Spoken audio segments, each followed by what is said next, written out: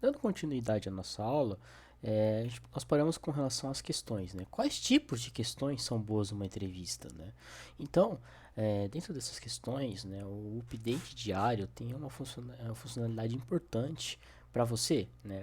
Uma das questões pertinentes, né, nas quais podem ser consideradas como questões, né, a ser perguntadas aos nossos entrevistados, né? Bom, dentro dessas mesmas questões, nós temos que observar, né, com relação às técnicas de coleta de dados, se faz sentido que nós vamos perguntar, né? Porque nós temos outra pergunta aqui, né, como exemplo.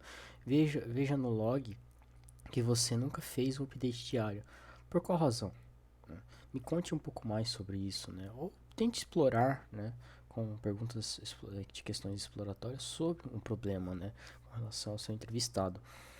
Outro ponto de questão que nós podemos fazer é o que você gostaria de uma ferramenta, né, nas quais você está desenvolvendo uma aplicação ou uma ferramenta em si, né? Para isso, nós temos que os usuários eles são experts em suas vidas, porque eles não eles são experts em suas vidas, né? Mas não com relação ao design, né? Se você se perguntar, tipo, a gente tem uma frase do Henry Ford, né? Na história atribuída por Henry Ford. Se eu perguntasse a uma pessoa o que ela queria na era dos cavalos e carruagens, ela teria dito que queria um cavalo mais rápido, né? Um caso para se locomover mais rapidamente. Dentro desses mesmos quesitos, né, a gente pergunte às pessoas sobre suas vidas e sobre seus objetivos, né, a fim da gente conseguir identificar suas reais necessidades e tentar identificar os problemas, né, os quais a gente quer coletar esses dados. Dentro dessas mesmas técnicas nos quais a gente utiliza-se das questões, nós temos também que evitar alguns tipos de questões com relação a o que as pessoas querem, fazem, gostam em cenários hipotéticos, como e com que frequência as pessoas fazem algo e quanto as pessoas gostam de algo em uma escala absoluta, né? Ou até mesmo com relações de questões binárias, né? Sim ou não, de escala melhor do que a observação dos participantes, né? Porque você consegue registrar de uma maneira melhor, né? Ferramentas de entrada de dados fáceis de se utilizar também, que consecutivamente resultam e têm resultados melhores, né? E podem requerer alguma prática, ou até mesmo treinamento ou lembretes, né? Tipo das pessoas começarem a gravar, né? Teve uma prática, né, para realizar essas atividades cotidianas, né?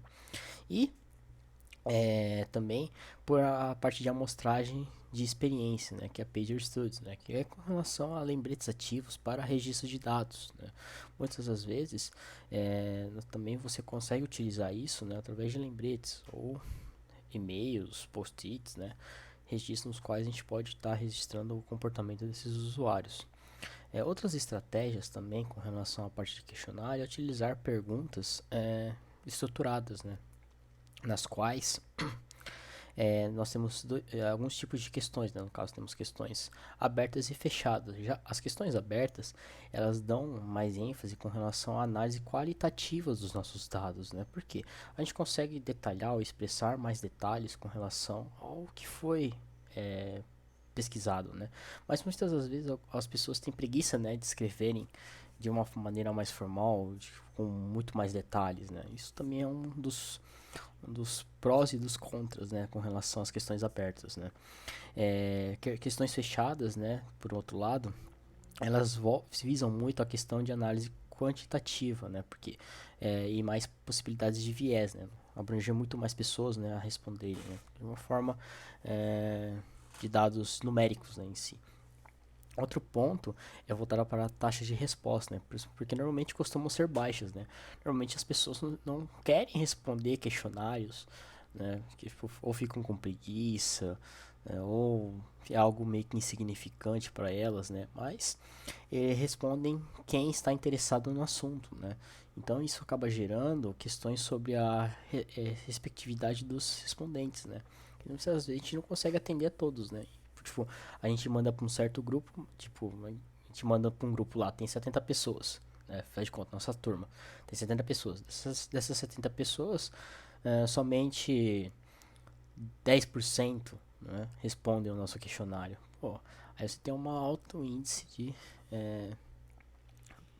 baixa é, índice de respondentes, né, com relação a esses questionários, né.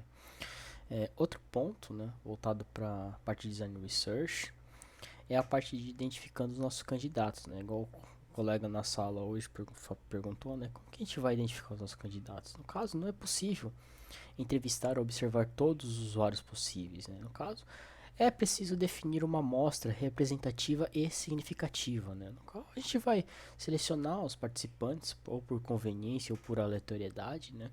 E isso acaba sendo algo muito utilizado por nós, né? A gente não consegue forçar, a gente não pode obrigar todos a responderem os questionários ou as entrevistas em si, mas a gente vai selecionar, né, essas pessoas.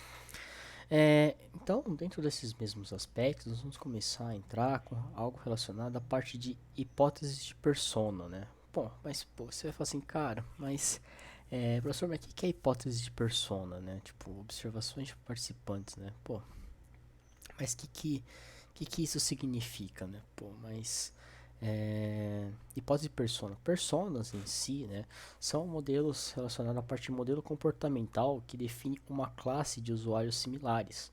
Né? Já uma hipótese é uma suposição, né, conjectural ou um chute, né? Você pressupõe que, né? No caso, os dados de entrevistas, observações e outras técnicas de coleta de dados podem refutá-las, né, em si. Então, para a gente começar a construir as hipóteses de persona, o primeiro passo é identificar e sintetizar as personas, né?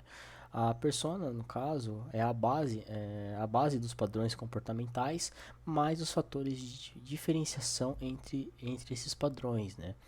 No qual questões em jogo envolvem as seguintes perguntas, né? Que diferentes tipos de pessoas usarão esse produto? Quais suas necessidades e comportamentos variam diferem entre si? E qual a extensão de comportamento e o tipo de ambientes precisam ser explorados, ok? Bom, dentro dessas mesmas questões, nós temos, né, nessas coletas de dados, nós temos os papéis dos domínios de negócio e de consumo, né? No caso, o papel é igual a um conjunto de tarefas e de necessidades de informações relacionadas a diferentes classes de usuário, no qual podem ser um princípio a partir do qual gera hipóteses de persona, né? Você pressupor que, tipo um papel, né? A gente tem um exemplo, um usuário final que um usuário que gosta, vamos pegar um aplicativo de comida, né? Temos os usuários que sempre pede delivery. Temos aqueles usuários medianos que quase nunca pedem delivery e usuários que nunca pedem delivery, por exemplo. Né? São alguns conjuntos de usuários que diferentes, né, dentro do sistema.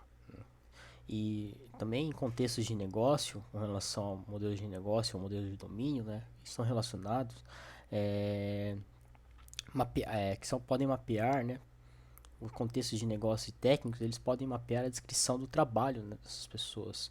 Outro ponto é em que em contextos de consumo, eles podem não existir, né? Ou aqueles usuários que nunca utilizam sistemas de delivery, por exemplo. Então, dentro dessas mesmas características, nós temos características de variáveis demográficas e variáveis comportamentais, né? Quando a gente vai fazer a análise dos nossos dados. As variáveis demográficas, elas podem ser consideradas como gênero, idade, localização, renda, estágio de vida, né? Isso tudo são variáveis demográficas, né? Que são úteis para compreender consumidores, né? Mas são difíceis de mapear classes de usuário com combinações de variáveis demográficas. Elas podem estar disponíveis antes das coletas de dados, né? No caso, no início da nossa coleta de dados, né? Ou quando a gente vai responder algum questionário.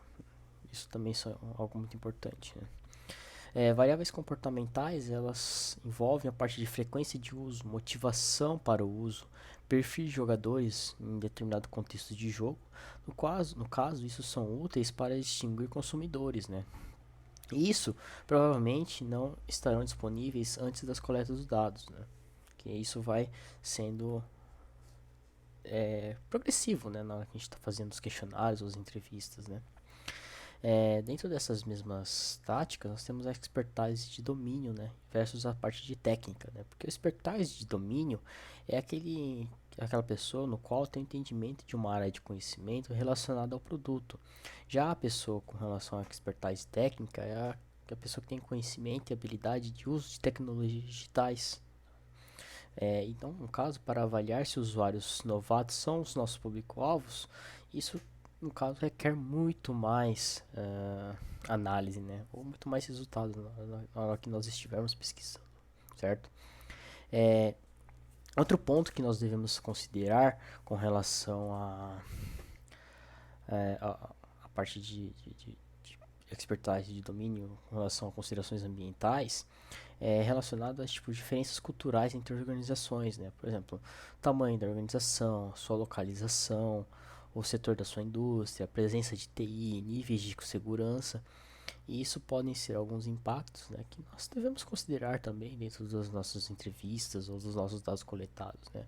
E podem não estar disponíveis antes das nossas coletas, né? Porque a gente não sabe, né, de onde, como que é o ambiente organizacional, da cultura organizacional ou do meio no qual nós estamos aplicando aqueles questionários em si. Outro ponto é com relação aos mais candidatos, né, que além das hipóteses personas, né, nós temos tipos de usuários que são aqueles usuários inovadores e usuários extremos, né, no qual nós temos aqui usuários inovadores, né, nós temos usuários inovadores que é o Eric von Rippert, né, e o Dr. Nathaniel Smith, né, com o NatHack, né, que são monitores, né, monitores de medicamentos, né, no qual eles são facilmente conduzidos ou tipo, utilizados, né, dentro dos hospitais.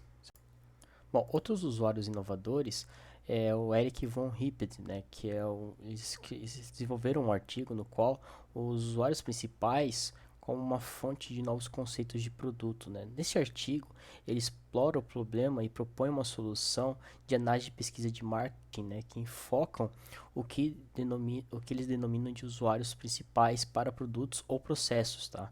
Também é uma coisa inovadora com relação a entender os objetivos dos nossos usuários, ok? Dentro dessas mesmas características, nós temos os usuários extremos, né? Usuários extremos são aquelas pessoas que usam exageradamente um produto ou um serviço, né? Ou não usam nunca, né? No caso, temos aquelas pessoas, né, com produtos ou serviços, né? Tipo, as pessoas que são fanboys dos produtos da Apple, né? Que é o Apple maníaco, né? Ou as pessoas que são fanboys dos produtos, com os produtos com Android, né? Então isso tudo tem essas divergências, né? São os fanáticos, né? São os extremos, né? Outro ponto é que são aquelas pessoas que nunca usam, né? Ou que são as chamadas de tecnofobes e tecnopobes, né? A tecnofobia, no caso, é uma neologia aplicada para aquelas pessoas radicais, né? No qual elas dizem um comportamento de adesão, né? Que, tipo, são críticas à utilização de tecnologia, né? As coisas inovadoras. Já as tecnofobes, pessoas extremamente receadas, né, em utilizar qualquer tipo, né, de algo tecnológico, né? Bom, então, dentro desses mesmos conceitos, nós vamos trabalhar com relação à criação de um plano, né? No caso, a partir das hipóteses de persona, né, que nós vimos anteriormente, para a construção de produtos empresariais e profissionais. No caso, cerca de meia dúzia de entrevistas por padrão de comportamento hipotetizado, ou seja, né, cada papel variável comportamental, demográfico ou até mesmo ambiental deveria ser explorada em 4 a 6 sessões de coleta de dados, né? Dentro dessa mesma característica, para produtos de consumo, né, quando a gente for criar o nosso plano para produtos de consumo, há uma variação de comportamento, né, no qual nós vamos explorar cada variável comportamental, demográfica ou até mesmo ambiental em até 8 a 12 sessões de coleta de dados. Né. Nós vamos aplicar isso várias vezes. Né. Porém, aqui nas nossas disciplinas, nós não vamos ter tempo para fazer isso, tá bom? Vamos fazer em torno de uma vez só, porque a gente não tem um público muito alto no qual a gente vai estar aplicando essas coletas de dados, né? Também envolve a parte de estilos de vida e estratégias de vida, né? Com relação a ser solteiro, casado, com criança pequena, com filhos, adolescentes, né? Isso pode ter um grande impacto também com relação à montagem de um plano com relação a um produto de consumo, né? Um outro ponto é com relação ao desafio de manter a quantidade de entrevistas e sessões de observações gerenciável, né? Se a gente vai conseguir gerenciar isso, né? Então, isso é um dos conceitos, né, dos quais a gente vai utilizar dentro da nossa disciplina de HC, né, para a gente começar a criar o nosso plano de pesquisa, que é a próxima entrega, né? Nosso trabalho prático, beleza, pessoal?